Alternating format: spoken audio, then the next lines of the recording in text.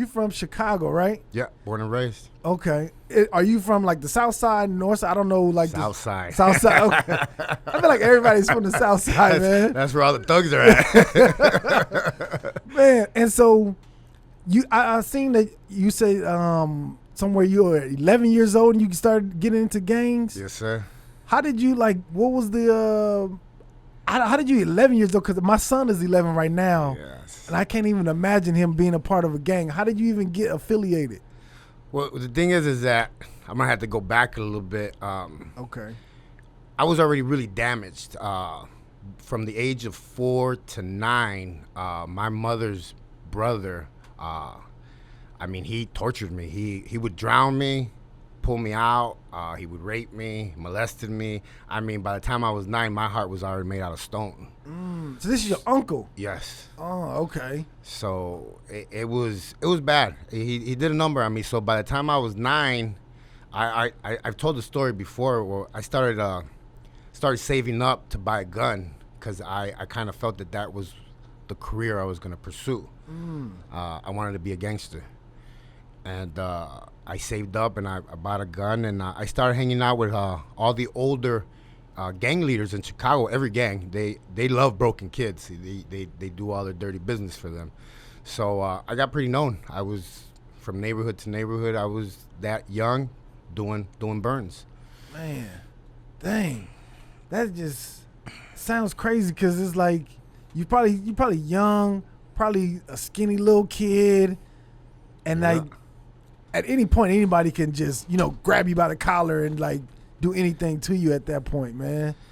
Man, do you remember the first thing that you did as a kid? Do you remember the first run? Yeah, man. I was just so full of anger, rage. Like I wanted blood. I always tell people I'm not gonna sit here and lie. I wanted blood for everything that happened to me, and I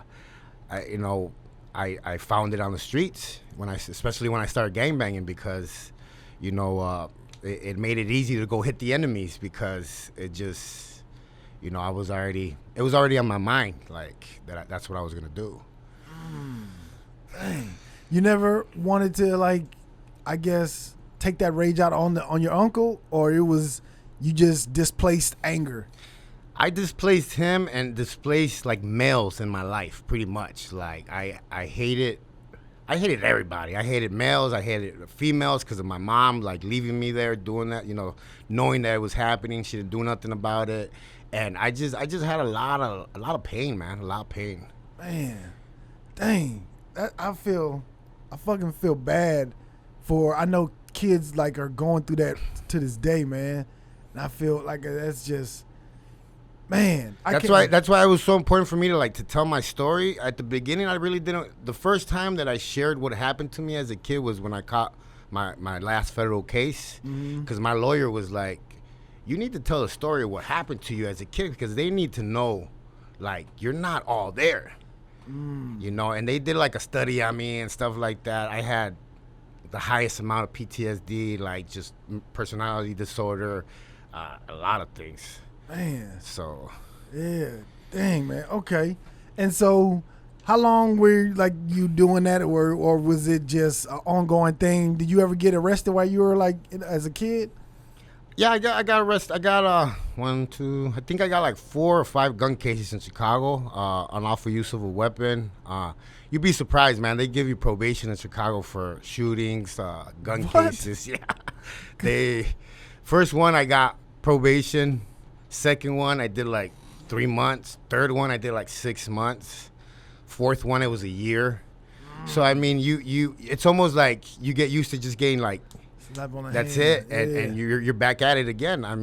There was times where I got released and I was just getting picked up right after I got released again. So it became part of my life, going to prison. Yeah, man.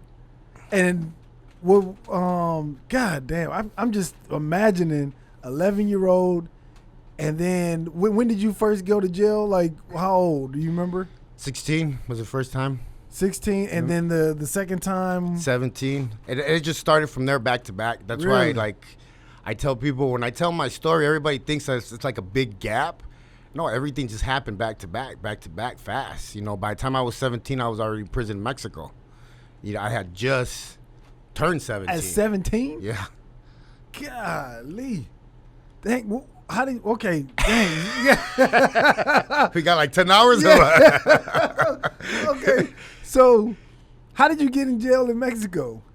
I got caught working for the cartel. Oh, so, okay. When did you join the cartel? 16. God damn. And they're going to tell the story more like, I guess, in detail when the show airs in October because, you know, they had to speak to Valerie. They had to speak to certain people that were key people in my life that got me that job because I was known on the street. So that's why they were like, well, we got a job for you. You just have to go to Mexico and get trained a little bit. And then, you know, you got a job. So I always tell people I got hired by the cartel at 16. And for those who don't know, JC is gonna be locked up abroad. Yes, sir. On National Geographic, right? Yep. October 5th. Yep. Okay. October 5th. So check your local listings for that. He's gonna be on there. His story is gonna be on there. And so you said they had to talk to all these different people. I'm interested in this. How do you get like put on for the cartel from Chicago? The cartel, the Sinaloa cartel, has always had a heavy presence in Chicago, heavy presence, just because the Mexican population is so big and so, I guess the gangs are so organized that they're able to move a lot of weight. So the cartels have always had their hands into, it's almost like they set it up strategically because there was all the same family with different sons, part of different gangs. Does that make any sense? Okay. So it was like set up like that. And this is back in the day where the cartel really wasn't messing with no other race. They were just messing with the Mexicans. So you had to have a Mexican plug to be able to, you know, be in with them. Okay. So they've always been there. And by the time I was 16, like I said, a lot of people knew me on the street already I was just a trigger happy kid. Like I would always raise my hand to go do something. I always call it, I was trying to commit suicide. That's what I say. I always say it like that. Like, you know how people commit suicide through a cop? I was trying to do it by the streets. I didn't care whether I lived, died, went to prison. I just wanted to be a gangster. So, you know, it was a lot of pain, man. A lot of stuff going on in my heart and in my head. Yeah. And so you go to jail in Mexico where you were moving weight back and forth from Chicago to Mexico? I started as a driver, and then I moved up to a manager. So then I was making sure all the cars were coming in and getting back home, getting everybody paid, just making sure that everything went from A to B.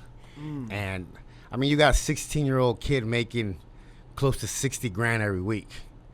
It was like a ticking time bomb.